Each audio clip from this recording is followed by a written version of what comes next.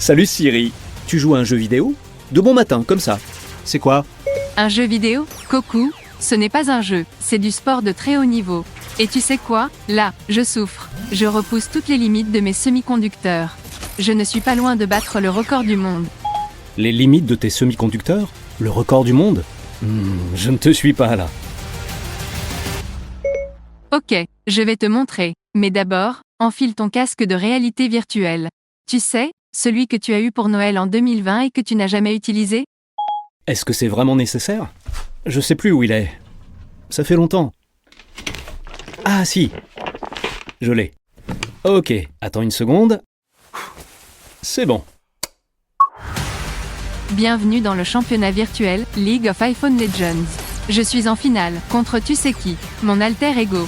C'est qui ton alter ego? ChatGPT? Mais non, Alexa. Ah, d'accord. Bref, c'est plutôt drôle tout ça. Mais c'est tellement 2020.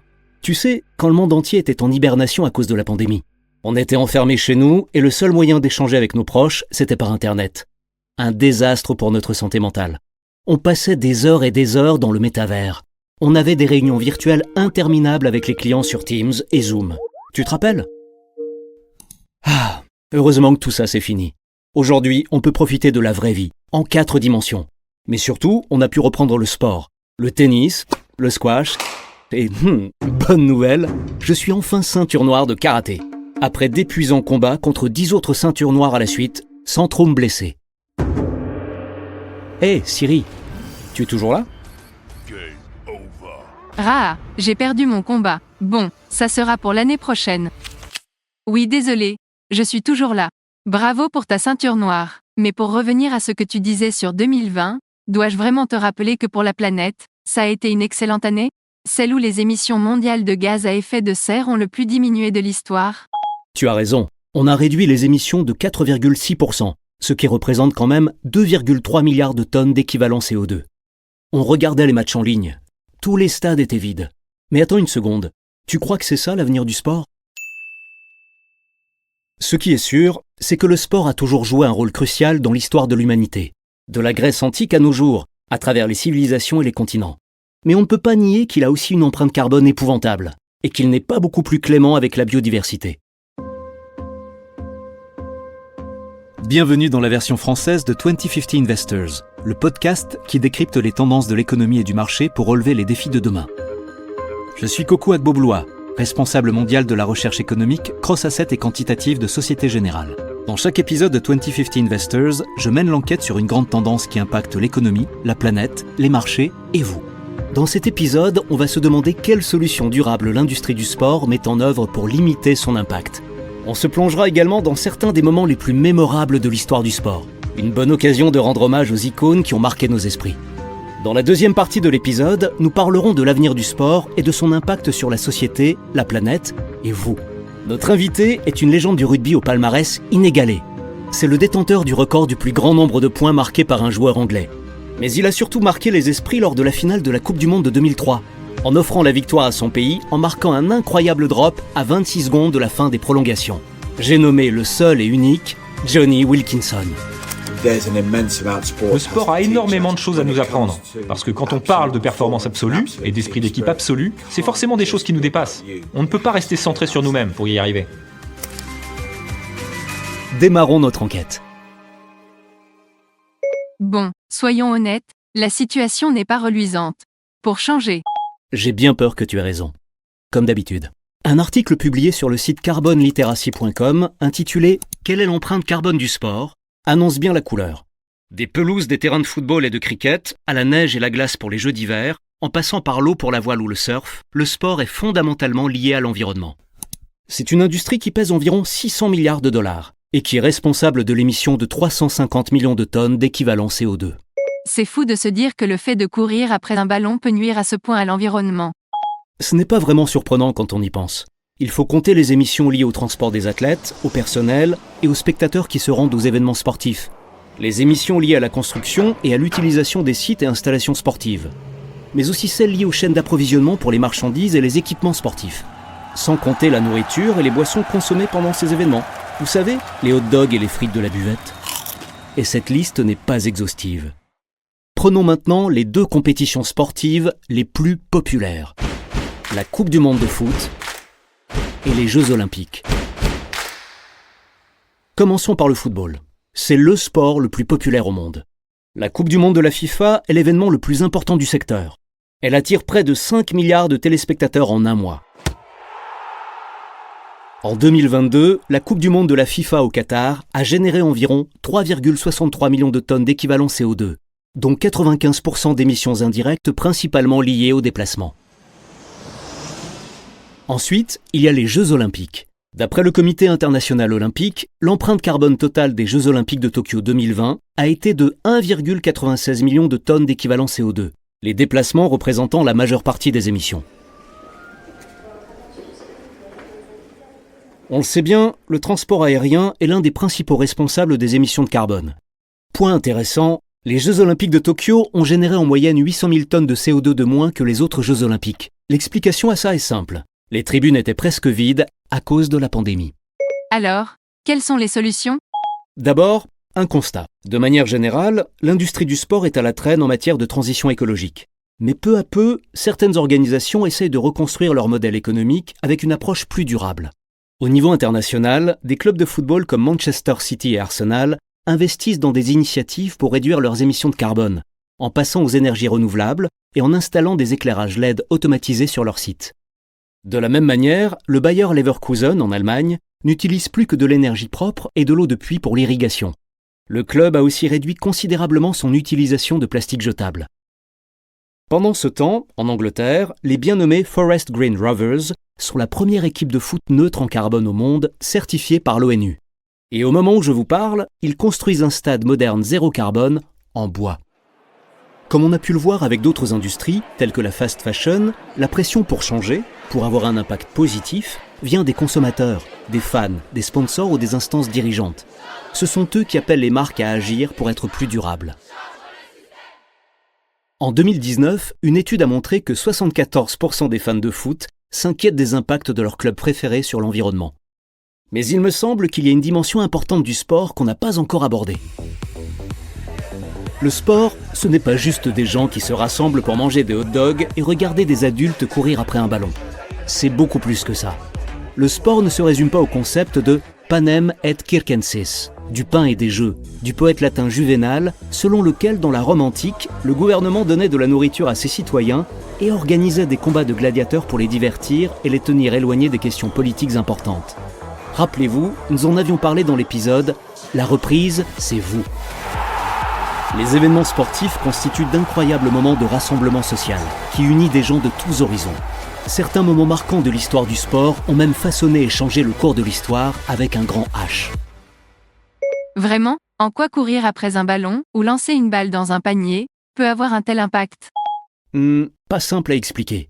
Le meilleur moyen de te convaincre serait que tu me suives, Siri, dans un vrai stade, à des moments clés de l'histoire du sport, avec des vraies légendes du sport. Ok, mais comment est-ce qu'on est censé faire ça ? Ta DeLorean de Retour vers le futur est toujours au garage, depuis notre dernier voyage dans le temps. Celui avec Phileas Fogg dans l'épisode sur l'avenir du commerce international. Le convecteur temporel est cassé. Tu te rappelles ? Tu as un peu trop forcé sur le moteur. T'inquiète pas, Siri, j'ai un plan. On n'a qu'à utiliser mon casque de réalité virtuelle. Ça me semble parfait. Génial. Je serai ta DeLorean, et je t'emmènerai voir tous les événements sportifs que tu veux revivre. Alors, par quoi on commence ? Attends que je me souvienne. Il me semble avoir acheté un livre sur les événements les plus marquants de l'histoire du sport il y a un moment. Il doit être quelque part là sur l'étagère. Ah, je l'ai. Les plus grands moments du sport de Len Berman. Il y en a tellement. Tiens, pourquoi pas Catherine Switzer. En 1967, elle fut la première femme à courir le marathon de Boston malgré tous les efforts du directeur de la course pour la disqualifier. Gino Bartali, il a gagné 2 fois le Tour de France, en 1938 et en 1948, et il a risqué sa vie pour aider à sauver des centaines de Juifs pendant la Seconde Guerre mondiale. Ah non, attends, j'ai trouvé. Peux-tu m'emmener au Zaïre le 30 octobre 1974 ? C'est la date du combat du siècle, entre Mohamed Ali et George Foreman, le jour où Mohamed Ali est entré dans la légende. Oui, chef. Garde les yeux grands ouverts.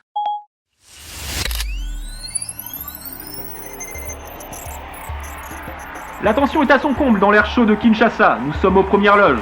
Derrière nous, 60 000 spectateurs sont entassés comme des sardines. Ali danse dans son short blanc emblématique, la sueur coule sur son front. Face à lui, George Foreman en short rouge, la silhouette menaçante, regarde le coup de poing puissant qui a failli porter. Les tambours africains lancinants se font entendre en arrière-plan, qui ajoute à l'intensité brute de l'instant. Waouh, l'ambiance est électrique. Foreman lance une droite puissante. Ali esquive, puis réplique aussitôt avec une combinaison droite-gauche impeccable. Foreman chancelle, puis s'écrase au sol. La foule se déchaîne pendant qu'Ali lève ses poings victorieux. Il a gagné!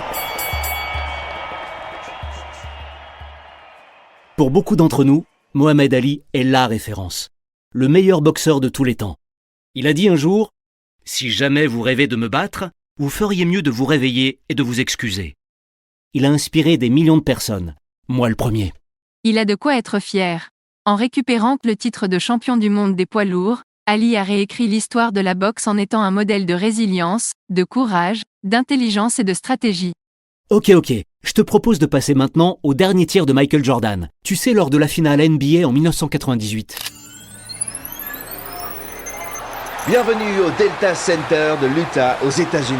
20 000 supporters sont réunis pour cette finale et ils retiennent tous leur respiration. Le score est de 86 partout. Jordan, vêtu du maillot mythique des Chicago Bulls, a réussi à reprendre la balle à Karl Malone. Il traverse tout le terrain. Le chrono tourne. L'aura de Michael Jordan est inégalée. Il a redéfini le basketball. C'est une icône mondiale. Le documentaire Netflix The Last Dance, sorti récemment, est un documentaire sportif, mais c'est aussi et surtout une leçon de leadership, de discipline, de travail acharné et de passion. C'est vrai, Jordan a dit un jour « J'ai échoué encore et encore dans ma vie, et c'est pourquoi je réussis ». C'est son moment de vérité. Le chrono tourne. Plus que 6 secondes avant la fin du match. Jordan récupère la balle, évalue le défenseur, un crossover éclair, il saute, il tire avec finesse. Alors que la balle est dans les airs, le temps semble suspendu. Tous les yeux sont rivés sur le ballon. Ça passe, encore une fois. Ce tir consacre Michael Jordan en tant que meilleur joueur de basket de tous les temps. Lors de cette finale contre les Jazz, Michael Jordan a réussi à mener son équipe à la victoire avec ce qui est peut-être le tir le plus légendaire de l'histoire du basketball. Ça sera aussi son dernier panier avec le maillot des Bulls, d'où le terme « The Last Shot » pour désigner cet instant mythique. Un tir légendaire. Ok, passons à autre chose. Maintenant, j'aimerais que tu me montres l'exploit du miracle sur glace, qui s'est produit aux Jeux Olympiques d'hiver de 1980 aux États-Unis, lors de l'épreuve de hockey sur glace et qui opposait les États-Unis à leur pire ennemi, l'Union soviétique. C'est parti. Ici, à Lake Placid, l'ambiance est glaciale. Plus de 8000 yeux sont rivés sur la patinoire. L'équipe américaine, avec ses maillots blancs impeccables et qui semble voler sur la glace, vient de marquer contre toute attente. Les géants soviétiques avec leurs maillots rouges conquérants sont sous le choc. Ces Jeux Olympiques d'hiver se sont déroulés au plus fort de la guerre froide. Et ce groupe d'étudiants américains a réussi à battre l'équipe soviétique qui avait déjà remporté 4 médailles d'or. Les soviétiques ont le contrôle du palais. Mais voilà, l'équipe américaine qui le récupère. Un centre rapide, il tire et... c'est le but! Les outsiders américains prennent l'avantage et décrochent la victoire.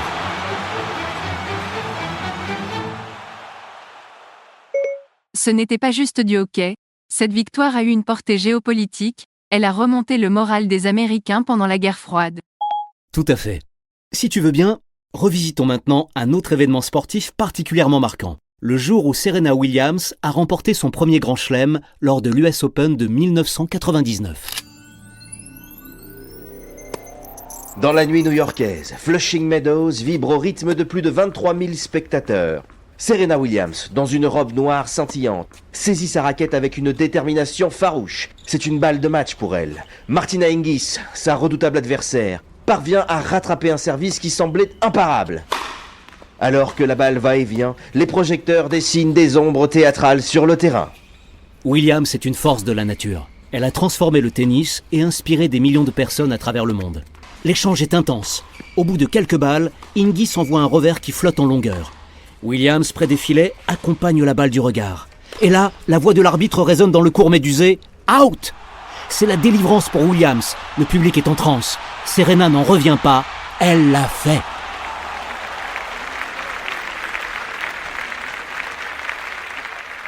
Incroyable. Pour reprendre ses propres mots, je suis convaincu qu'un champion ne se mesure pas à ses victoires, mais à sa capacité à se relever quand il tombe. C'est tellement vrai. À 17 ans, elle vient de vivre sa première victoire du Grand Chelem à l'US Open. Nous sommes en 1999 et c'est le coup d'envoi de sa carrière dans le tennis. Sa victoire a changé les codes du tennis féminin, ouvrant la voie à d'innombrables futures championnes.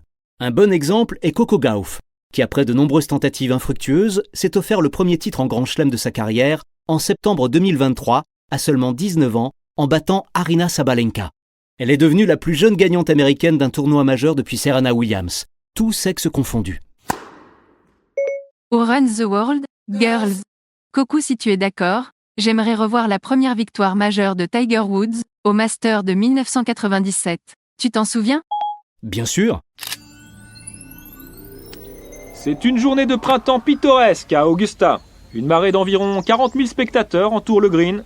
Tiger Woods, dans sa tenue emblématique rouge et noir, vient de réussir une approche hallucinante. Siri, regarde Woods. Il est destiné à faire de grandes choses. Tiger analyse le green. Il calcule la distance et la pente. Dans une profonde inspiration, il choisit sa position et frappe la balle tout en douceur avec son putter. La balle roule comme au ralenti, puis tombe dans le trou. Il remporte le tournoi. Impressionnant.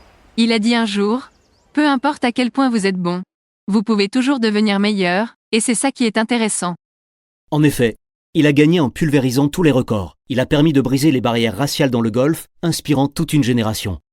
En 1997, à 21 ans, il devient le plus jeune joueur à avoir jamais remporté le Masters. Lors de sa victoire, il serre son père dans ses bras. Cette image émouvante marque le début de sa carrière. J'avoue que tu m'as convaincu. Ces moments sont touchants et magiques. Merci pour ce voyage virtuel, Siri. C'était vraiment génial. Je devrais peut-être utiliser mon casque plus souvent. Avouons-le, c'est vraiment plus écologique que de faire le tour du monde en avion. En tout cas, c'est fascinant de voir la place importante que prend le sport dans l'histoire humaine, dans son identité culturelle, et qu'il est une source d'inspiration pour beaucoup d'entre nous. Revenons à la Coupe du Monde de foot de 2018. Elle a attiré une audience de plus de 3,5 milliards de personnes. Quasiment la moitié des habitants de la planète est réunie par l'amour du ballon rond. Le sport efface les frontières. Les Jeux Olympiques, le football, le basketball, ces sports partagent le même langage. Mais leur coût environnemental est très élevé. Tu touches une corde sensible. Tu te souviens de la Coupe du Monde 2014 au Brésil? Elle a eu une empreinte carbone de 2,7 millions de tonnes de CO2. Tu as raison, c'est le retour de bâton. Maintenant, les arènes sportives ressentent littéralement la chaleur du dérèglement climatique. La planète contre-attaque. Exactement. De spectateurs passifs, le changement climatique est passé à perturbateurs actifs. Les sports d'hiver, par exemple, sont menacés d'extinction. D'après le site de la radio américaine NPR.org, la plupart des sites qui ont accueilli des Jeux Olympiques d'hiver ne pourront plus le faire d'ici 2050. Il y fera trop chaud. Et quand on y pense, 30 ans, c'est dans pas longtemps. Bon, récapitulons. Le sport est un véritable trésor pour l'expérience humaine. Mais il doit absolument s'adapter à la nouvelle réalité du changement climatique. Pour parler avec nous du pouvoir du sport, qui de mieux qu'une légende du rugby? Jonny Wilkinson est un ancien joueur de rugby. Il a joué sous les couleurs de l'Angleterre et des Lions britanniques et irlandais. Sacré meilleur joueur de la Coupe du Monde de rugby 2003, il est largement reconnu comme étant l'un des meilleurs joueurs de rugby à 15 de tous les temps. Rendez-vous dans la deuxième partie de cet épisode pour découvrir l'interview complète et la conclusion de notre enquête. Bonjour Jonny, c'est vraiment un plaisir de vous avoir dans l'émission. C'est un privilège de participer. Merci à vous pour l'invitation.